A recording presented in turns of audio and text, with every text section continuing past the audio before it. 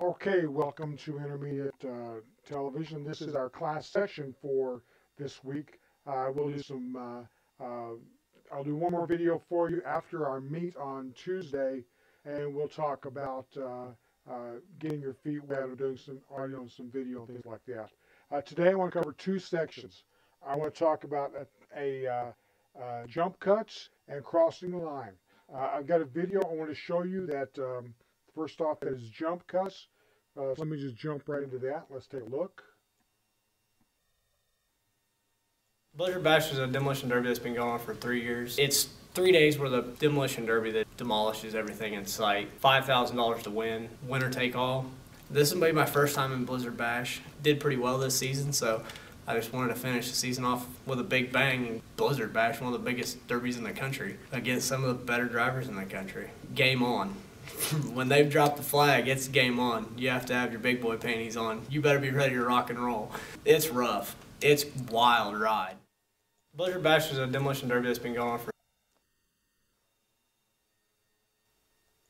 Okay, so I hope you saw what I was talking about. At virtually every statement he made, there was a cut of the video, which means that there was one long video made, and they didn't want everything he said.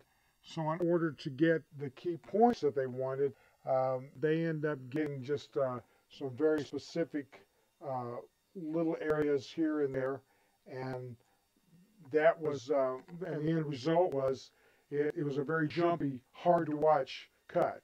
That's a jump cut, a cut that doesn't make normal sense to the flow of what you're trying to say. And where that happens a lot for people that are doing interviews is, if you interview someone on the street and they give you a really good, sound bite here, sound bite there, but they don't all come at the same place, and say, well, but I want all those sound bites. When you cut each one of those out and do it back to back to back, you're going to have jump cuts. Because you'll never line up the person and the shot exactly where you are. So it's just going to be a question of where you're going to get it. We will cover jump cuts with B-roll, with graphics, with almost anything, but anything we have to get away from the jump cuts. So that's the first thing I want to talk about. The second thing is crossing the line.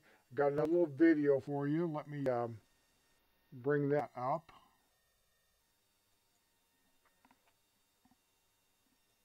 It's a rule that's been used on every film since the beginning of time. Well, at least the beginning of cinematic time. Without it, films would be confusing, disorienting, and just plain hard to watch. What is it? It's called crossing the line, but it has nothing to do with your teenage son pushing his boundaries. Stay with me because on this episode, we'll learn about crossing the line and why it's not used to make your video stronger. That's now on Video Answers.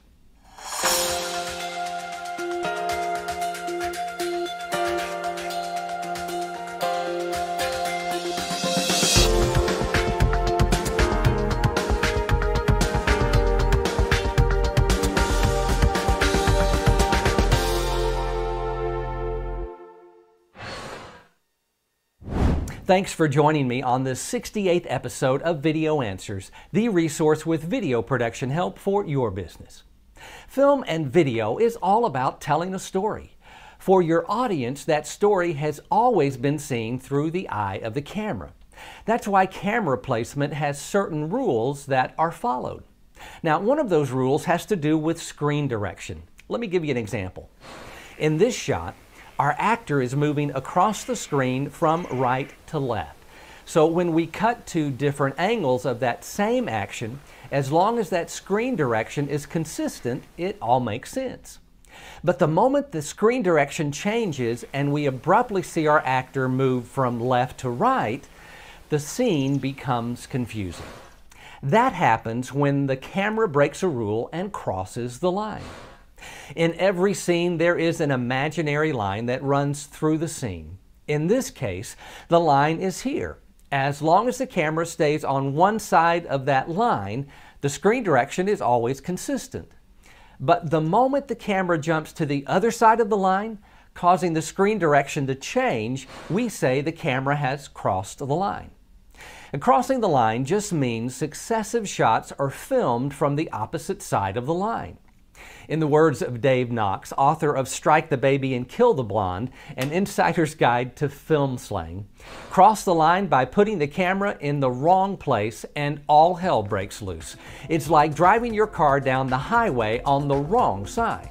So the next time you're on set and hear someone mention crossing the line, you'll know it has nothing to do with pushing boundaries and everything to do with giving your audience a better video. Speaking of a better video, next time I want to share how a recent conversation... Okay, I wanted to cover that with you because when you're setting up a shot, and we're going to be doing our three-person shot here this week, our little three sections that tell a story, I want you to be able to tell that story consecutively. Like if somebody's walking towards the door, maintain your camera from the side that you're always on. If you switch sides, it's going to make them look like they're walking away from you and outside of their shot. And those are some things to keep in mind. Remember that little 180 rule, and we'll talk more about that. That's the basic stuff I want to cover for you for the beginning of class. We'll talk a few times this week because I'll be back in with you on Tuesday, and then we'll talk about what's going to take place. First and foremost, and most importantly, if you have an email in regards to your logon for Premiere Pro, Encoder, and those things, please follow it. Make sure it works. And if you can get up and going, then I need to know. I'll talk to you more about that on the teams. We need to know that because everything you do from now on out. Be sure and watch the encoder video that I put on earlier because that's going to be your first steps is doing a lot of encoding. Other than that, I'll talk to you soon.